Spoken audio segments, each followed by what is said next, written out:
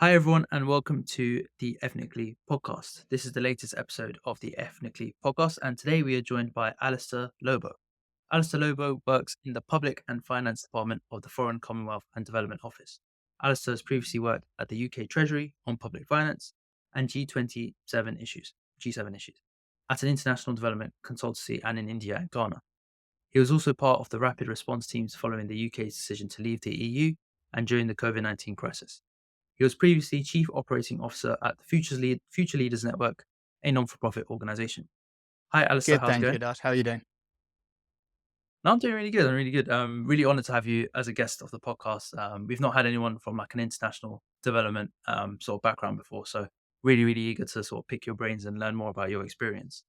Speaking of which, as an introduction, how did you sort of get into international development? What was like your interest as maybe when you were younger? Did you always have that passion? Yeah, great question. So I think it stemmed from really being a young child.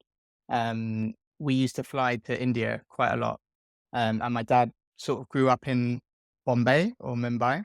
So when I was young, we went there, quite a few times every 3 or 4 years. When you sort of fly into Bombay Airport, it's like super striking. So literally, you see the sort of like Slumdog Millionaire type slums ranging over miles, and literally right next to it, you have these like massive tower blocks.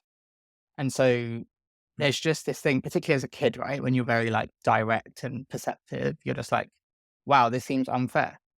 Like there's literally like mass deprivation and then like prosperity living like right next to each other. And so I think like those experiences really planted a seed. I would say that, my family didn't have the most prosperous upbringing. And so, that sort of feeling of poverty very much was resonated from that very young age. And then, yeah, I remember studying like economics for the first time at A level, didn't really know much about economics. And there was like a module in development economics. And it's all around like, some countries are rich, some countries are poor. Why is that? And sort of trying to explore all these theories and how can you sort of have some catch up for low income economies to become richer. So marrying those things up, I guess, I always had this interest of like, the world seems quite an unfair place. Is there anything you can do to support that mission of like people getting out of poverty and having, more opportunity and prosperity in their lives? Um, but yeah, that's kind of at a high level, what got me interested. No, that makes a lot of sense. Obviously, I feel like we were speaking offline about lived experiences and kind of how they stimulate you to do the things that you do in your career. So, um, no, that does make a lot of sense to me. And I guess like what was from that passion, and obviously you said A levels, and I guess it transferred onto university. What was like? You've obviously gained a lot of experience working in government across a range of departments. What was the initial thing that got you into working in government and kind of sparked that overall, yeah, interest in working in government policy? You're risking me giving you really long answers with these great questions. So I studied philosophy and economics at uni, genuinely had no clear idea of what I wanted to do, just found, economics a bit interesting because of development economics. And then philosophy super interesting because of like all the big questions you ask and all the reflection you do. In my second year of university, I did some teaching in Ghana over a summer. And, like these sorts of experiences just sort of consolidate that, like, I cared about having some sort of impact or trying to have somewhat impact on people who, come from backgrounds where life can be more difficult, right? At least economically. And so I really loved that. My reflection was teaching had an impact in one classroom. And it was amazing to be like, oh, this child now can do this math sum. But I had a sort of desire to do something on a wider level. So when I finished uni, I only applied for one graduate scheme. I was very stubborn. And that graduate scheme was the DFID graduate scheme. So DFID is the ex Department for International Development. It no longer exists in that form. And I didn't get in. So I was devastated. Um, that sort of happens when you put all your eggs in one basket and you're really passionate about something. So I, but just before that, I'd gone to India. And even though my dad grew up in Bombay, both sides of my family are from Goa. So I'd gone out there on a cultural program and ended up staying on to do some work at local government. And again, so that was a shift from the classroom to local government. It was fascinating. Again, I was left with a feeling of, oh, but I want to do stuff on a higher level. So at local government, you had an impact on the state, which was great. And it was felt like more of an impact, at least on a wider scale than a classroom, although less impact in some ways. But I still had the desire of, could I do something more centrally? And so through those experiences, I then just had that quest for, let me apply for central government, originally at the Department for International Development, and then a couple of years later um, to the Treasury. And I was lucky enough to get a place. So that side sort of kicked off my central government story. Mm. That's I find it like really cool that you kind of had more of a burning desire to create impact as you started, like from grassroots level all the way to working in local government, then central government. Was that was that always the end goal, or did you see those steps along the way as as necessary in order to get to where you are today? Would you Yeah, say? I think when you look at it backwards, right, it's that thing of it's very easy to join up the dots backwards. But at the time, you don't really have a plan. So it's very Yeah, organic, it's very accidental, it's very touch and feel, right? So when you do those experiences, you learn stuff, but you also learn what you don't like.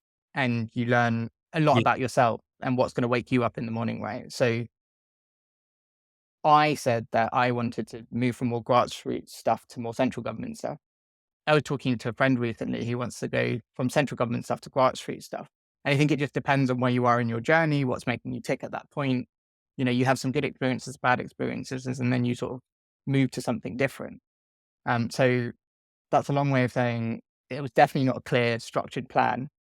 Um, but the thing that stayed the same throughout it is like the thing that wakes me up in the morning is international development. It's the fact that like the planet exists in quite an unfair way.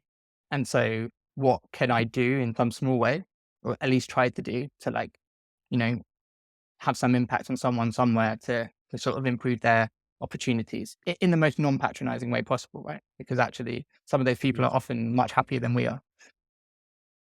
yeah, yeah. No, that's very actually that last point you made is actually very true because I see the developing world and a lot of what they don't have, but they make the most out of it, and it's kind of something maybe we can learn from from them actually, like appreciating what you got, be living in the moment. Um, so I know I'm completely on board with that. Uh, you mentioned obviously working for the Department for International Development. What were some of the key challenges of working when you started working out, and like some of the rewards? What was your overall experience of working in that department, and kind of could you maybe explain some of like we mentioned earlier about you working during COVID. What were some of the challenges, experiences, projects that you had? How long have you got? Yeah. um, It's a long question, but I love yeah, to of learn more about course. it. So, so many challenges, both at an individual level and then at a institutional level, right? So maybe starting institutionally, and I'll talk a bit about DFID, so the Department of International Development. I guess my within the civil service, where I will have worked for 10 years next week, actually. So Oh, I spent a few years at the Treasury, then moved to the Department for International Development, and then that merged with the Foreign Office, which is why I'm now part of the Foreign Commonwealth and Development Office. But effectively, I've kind of worked for two departments. Um, so in terms of like institutionally, I think, one of the big challenges is the public perception of what you're doing. So you're working in a department that spends some of UK taxpayers' money internationally, right? mm, And yeah, that's really difficult because, like particularly at the moment, people are really squeezed in the country. We talk about the cost of living crisis. And so on the one hand, you have a narrative that things are really tough for people. And on the other hand, media outlets are reporting the fact that some of our money is being spent abroad. So that's a really political question, and that can be quite difficult. And over time, because of decisions made at the government level, what we spend abroad has reduced.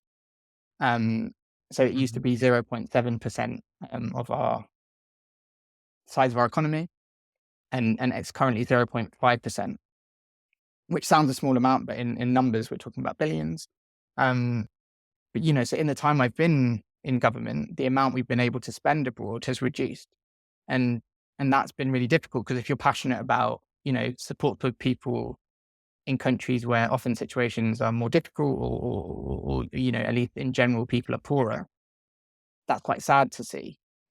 While it's understandable that people, don't want to see their taxpayer money spent abroad when actually there's struggling NHS here or schools here or transport here. So I think that's quite hard.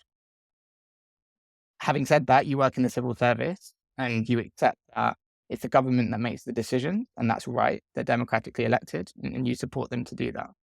Um, so I think that's been a challenge. I think seeing the amount of crises that sort of happened over the Mm. past few years. Um, you know, Obviously the pandemic being a huge one, and as you said up top, I was part of a team who was working on the economic response there. So thinking about the impact that the lockdowns globally had on employment in other countries. And so for someone that's struggling, that maybe their government isn't having a policy in place where it's covering for their jobs, and so suddenly they've lost their entire income. Um, that's catastrophic, right? But like the list goes on. I mean, like right now, obviously, what's happening in the Middle East, we're all watching, and it's felt quite continuous over the past few years. So I think that's been really difficult, because we've had that in like a many changes of ministers crisis almost every month. So it makes it difficult to do some of the longer term work. And the team that I work in does very long term work. So what we're trying to do is support low income countries in particular to build better, more effective, more equal tax systems. And so that's not going to happen tomorrow. That's a long process. When you have all these crises happening, it's easier for people to focus on the crises, which is right in lots of ways, but it's harder to do that stuff. Yeah, no, that sounds like a lot of work, but obviously very, very important work. And I guess that's like relating back to your sort of your background and your initial interest. It kind of connects the dots really, really, really, really nicely.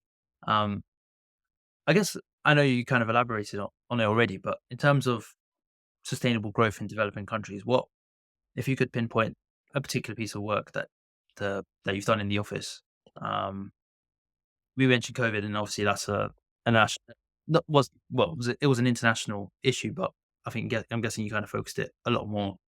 Maybe I might be right or wrong. Did you focus it a lot more on national in the UK, or was it more international COVID Yeah, issues? so there would have been both bits in different bits of government, right? So most government departments are very domestic focused on the UK. I would say that the main government departments that focus on the international stuff are the Foreign Commonwealth Development Office and then the Department for Business and Trade. Um, so even though some of the other departments do have an international component, like the Department for Education will think about education abroad, the Department of Health will think about global health issues.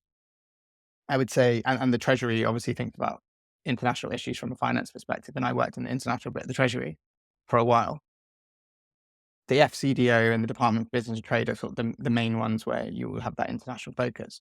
And so, yes, my team was very much on the international focus and just thinking about all the knock-on effects of the lockdowns, people maybe being unvaccinated in other countries and that rollout taking longer periods of time, what happens to supply chains, all of those sorts of things,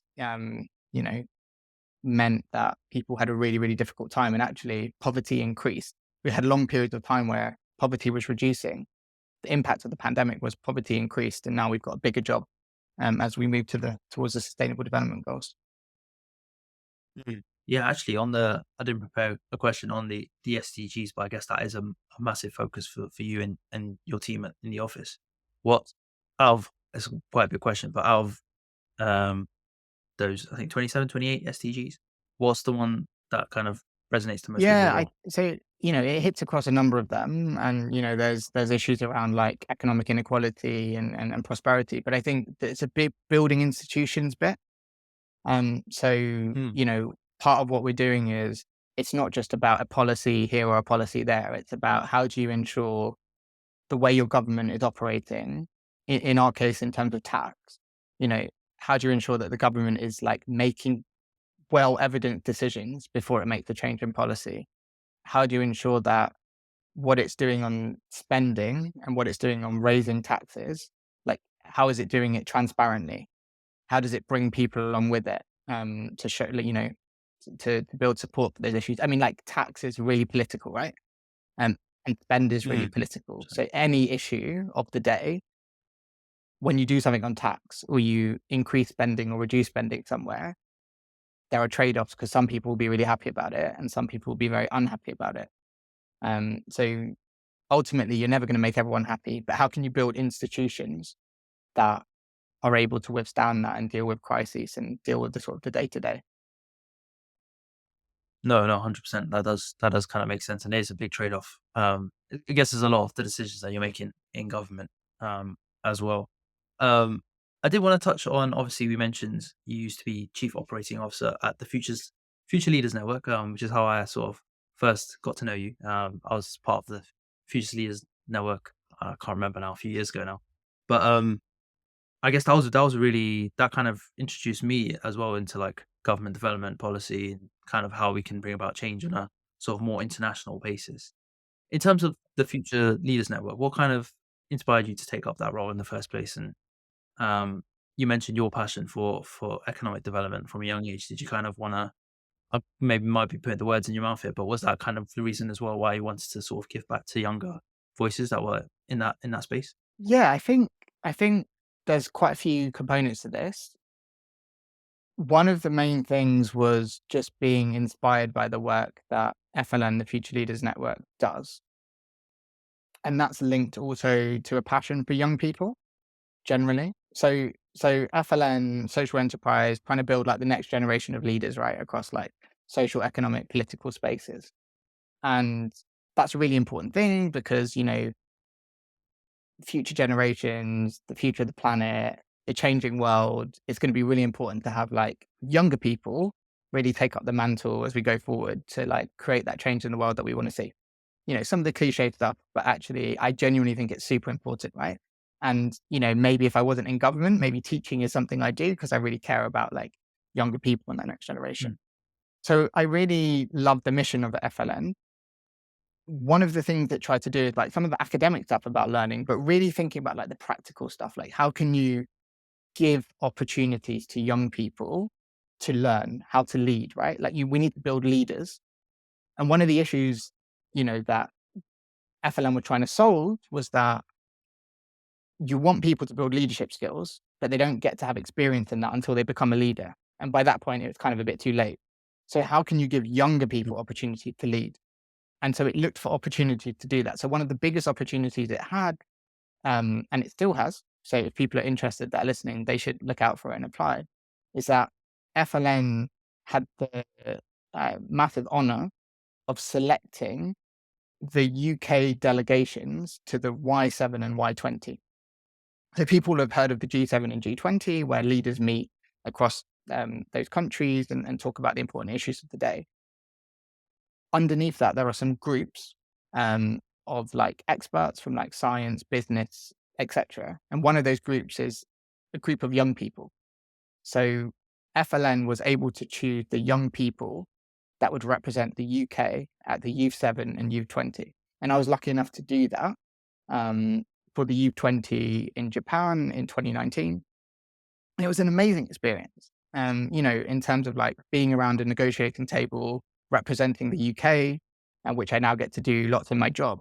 But it gave me that opportunity in a really different space with like these great, interesting, inspiring young people from around the world that wanted to make change and kind of come together to discuss these big policy issues. And so I love that about FLN. Like it's rare that you get the opportunity to do that. It cared about kind of diversity and trying to increase diversity of thought, socioeconomic diversity, like giving people from different backgrounds that opportunity. And it's great to have seen like, lots of young Black and brown people on many of those delegations. Um, so yeah, I just thought it was great to have a network that really cared about young people, that was trying to, create the next generation of leaders and cared about diversity. So that gave me the sort of incentive and impetus to, yeah, volunteer quite a lot of time, uh, particularly when the UK hosted the G7, to, lead a team and um, work on the communique that was essentially produced, so like the document which says what young people agreed. Yeah. Yeah, no, it was. I'm guessing it was kind of probably you'd say like a highlight moment in your career as well, because yeah, you're platforming young voices um, on a sort of international stage in terms of wanting to make those changes, which I guess is what probably from your opinion, and I guess a lot of people would say the same thing, is probably one of the most rewarding aspects of working with young people and sort of Yeah, and mentoring and them. and maybe just one thing to add that I should have mentioned was, I guess, the other bit of it. You reminded me of this from your point about championing people's voices, which is exactly the point. It was also an opportunity for like young people to become more politically active in some way. And I think, there is a Mm, state where sometimes with justified reasons, people are a bit like, oh, I'm sick of politics. Like all politicians are the same. It doesn't make a difference to me. But actually, I have a very different view, which is that being a politician is really hard actually because of the trade-off that you mentioned. You're always going to upset somebody. But from what I've seen, like, the vast majority of politicians are in it because they think it's an opportunity to make their country a better place and the world a better place. They care about their constituents and they really care about public service. And so that's one point. And the second is that you might think politics doesn't affect you, but it affects you every single day, right? Like I grew up in Croydon. I was I went to a state school, a state comprehensive. I depended on public transport. You know, I've used the NHS at various points in my life, and so actually, when you really break it down, politics affects you everywhere. So I think it's really important for young people to be engaged, and that's how they get their voices heard, which again is so important if we want to get to the world where we want to see. mm. There's also this I like probably say stigma around young people and politics actually, because you kind of saw it when it came to like Brexit, for example. It was an issue that was going to affect the younger generations more than these so-called older generations. Um, but 16, I remember was I 15, 14 at the time of the EU referendum, and I wanted to vote, but I couldn't vote, and I knew a lot of other people that wanted to. But going back to my point around this stigma, that it's kind of associated that a lot of young people don't really care about politics. When I know for a fact that's not really the case. I feel like the most politically active uh, people that are driving the biggest change are actually the younger generation from a political point of view. So what did you obviously, I'm guessing you saw that from your experience of FLN, but did that kind of reinforce maybe um, stigmas that you've seen or you've heard of as well? Yeah, I think you're right. I think that there are a group of young people that are heavily politicized and, are up for protesting. And I think like climate change is a big area here, right? Where young people have really led that push and it's been really transformational. So I think that is right. I guess I speak, more anecdotally and from my experiences of, like I will probably be one of the only people in my friends group that worked in the civil service, right? And and I think this can lead us on to some bigger questions in the space. But so why is that? I think it's because sometimes for families that have come from generations of immigrants, there are certain pressures that you're put under, right? So like for me personally, like my dad wanted me to be an engineer, right? Like I had no interest in becoming an engineer. And and I hear that with friends around being doctors or lawyers or other professions that are seen as prestigious, prosperous, and so on, right? It's not often or I don't know if you've heard this, but I've never heard like one of my friends from a brown or black background kind of being like, "Oh, when I grow up, I want to be a civil servant," right? Um, Yeah, not right, heard that at all. Well, very exactly. rarely. And so, there are some bigger questions here about diversity in the civil service, which I'm very passionate about, and increasing that.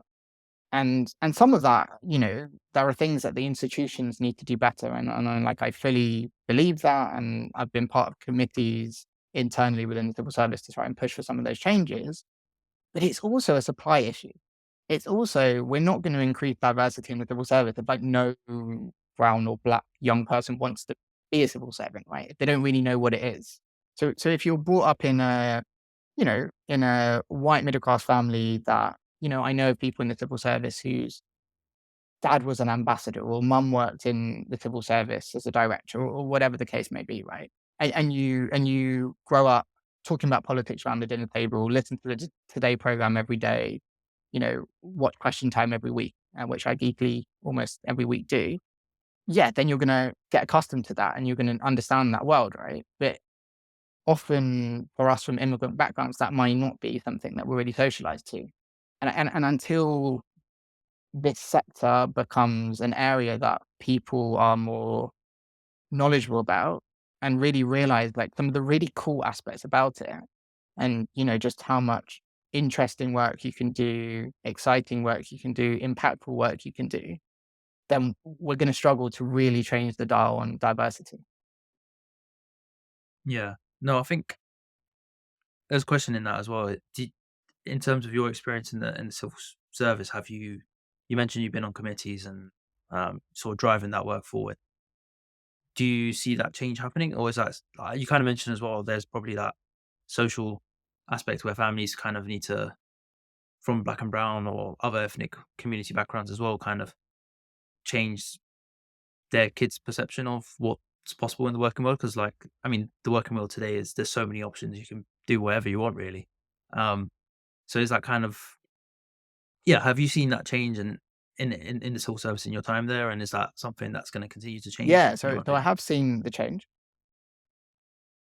It's not fast enough. It's never going to be fast enough. There's loads more work to do, right? It is the high level answer.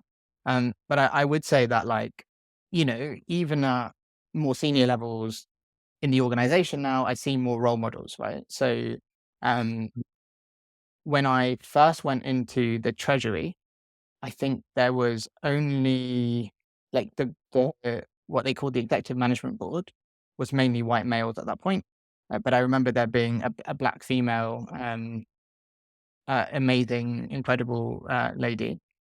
Um, and now, like when I look at the higher echelons of the FCDO I am, there are brown um, representation.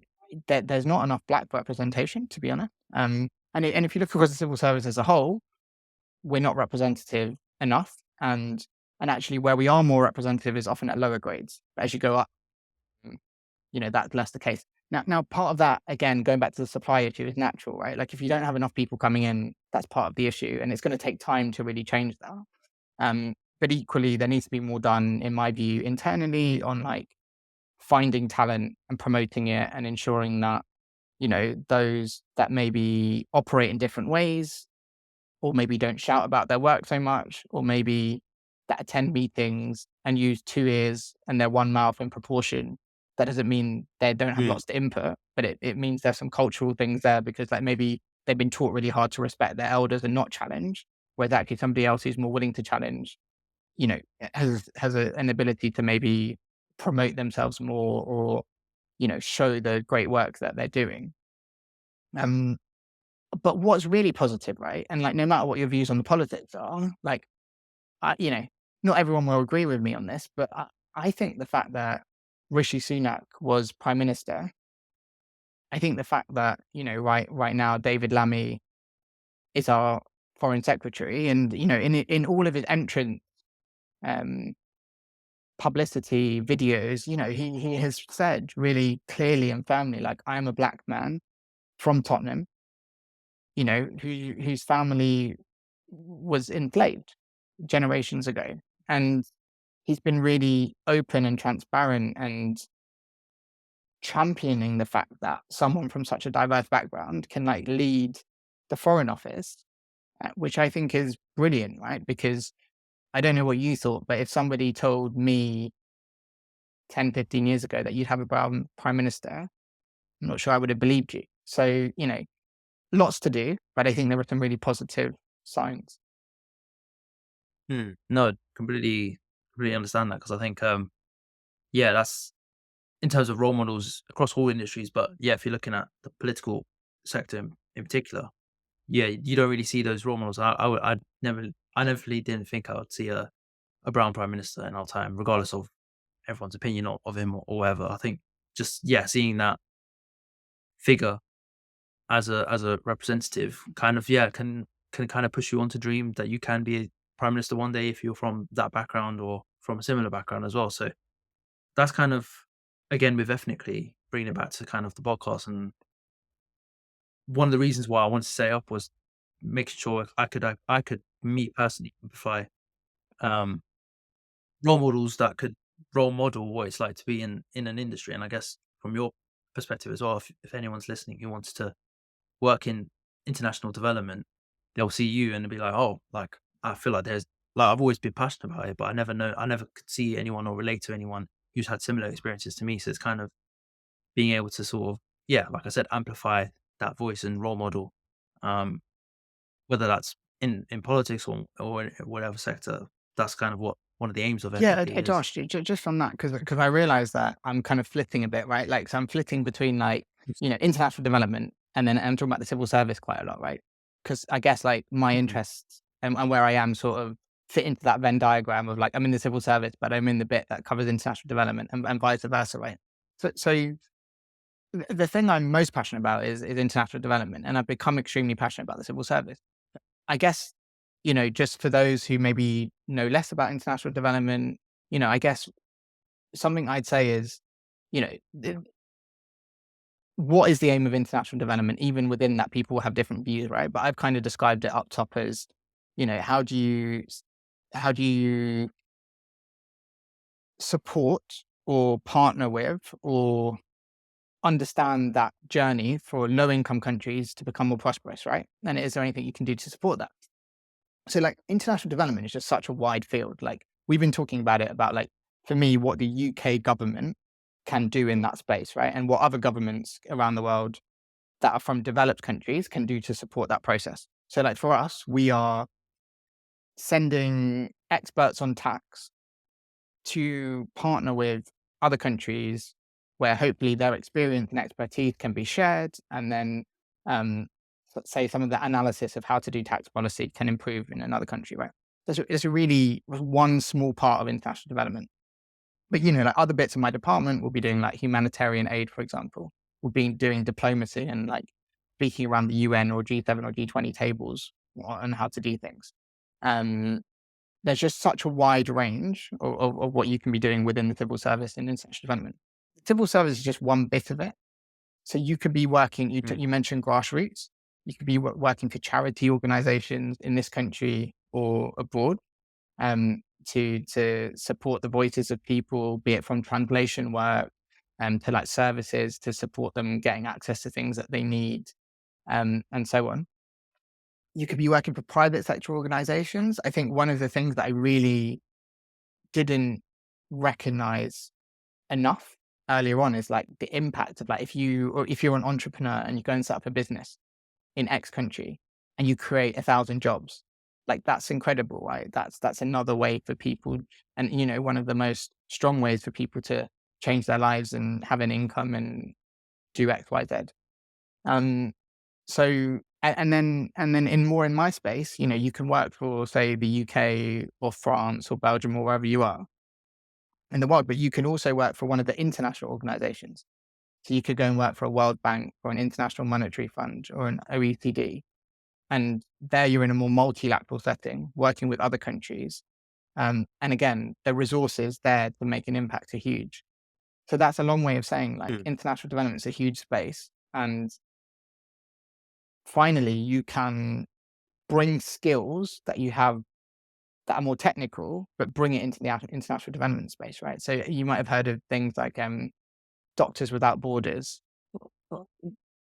Yeah. Mm, And so the point there is like you're a professional in a space, be it a doctor, lawyer, tax person, whatever. So you have a skill set but then you start to use that towards ends to sort of work with those who are in poverty globally. So therefore, there are just so many different ways you can sort of enter this space, even at a later stage in your career. Yeah, no, 100%. I think that's what actually that was actually going to be one of my questions in terms of like advice to any young professional if they wanted to pursue a career in international development or social change, whatever that avenue looks like. Because I do think, yeah, like you said, like the world is changing and there's a new way of creating impact. I think as well, we're seeing social purpose being the key driver for a lot of young people in their careers. And I think that's a huge important factor. So I think I really appreciate the advice that you've given because that's kind of like a great way to sort of like segment and sort of yeah, like round off what's been a really interesting conversation. Um, in terms of one of my final questions, I wanted to ask. This is actually a segment of the show where I get my previous guest to ask a question to my next guest. Um, and it's actually funny because the question I actually did ask you offline, but I'm gonna ask you now. So my last guest was Karan Kapoor, who is CEO of Vivid, which is a D&I consultancy. And he actually helped me a lot with this question. So his question is, why are you on the Ethnically podcast? Another great question. I'm on the Ethnically podcast. Firstly, because I was flattered when you reached out, and Thank secondly, you. when you shared what the podcast is trying to achieve, I was fully aligned. Right. So I think the fact that you're trying to create a space where ethnic minorities in different professions can represent, can show that, you can be from really diverse backgrounds, ethnically, socioeconomically, and progress in a career and, you know, have impact. Championing that and giving a space for some of us that work in different careers and professions to then share that with the next generation or people who, might not know about international development, but might have a bit of an interest to say, oh, there's someone that looked a bit like me or sounds a bit like me. And therefore, oh, maybe I could do that. Is brilliant, right? So, when I was at school, no one came to speak to me about the civil service. I heard about lots of things, but I didn't really know about it. And had I, would I have developed an interest in a much younger age? Probably. And so Mhm. it's a real gap. And the more we can do of it, the better. So I think it's a really nice format. But above and beyond everything, it's a great initiative because it's filling a gap that I fully believe that exists, and I fully believe that if we fill it, we will sort of sort that supply issue out a bit more, and you'll see younger people from ethnic backgrounds being more open to careers that they may never have imagined, particularly as you say, because the world is changing. And your point about people being driven by social purpose. Like, in some ways, we're super privileged to be like, oh, actually, we can have lots of choices about what our career is because, when I worked at that school in Ghana, like a set of parents was making a decision on a daily basis like, do I send my child to school or do I send them to the farm to collect food? Right. So other people don't have Yeah. those choices. They have to like support their family and so on. Whereas we're like, oh, okay, you have some sort of education in this country. You then have these choices. And I think the more we can socialize these careers to this audience that you have, hopefully we'll start to sort that supply issue and give people more options in terms of what they want to pursue.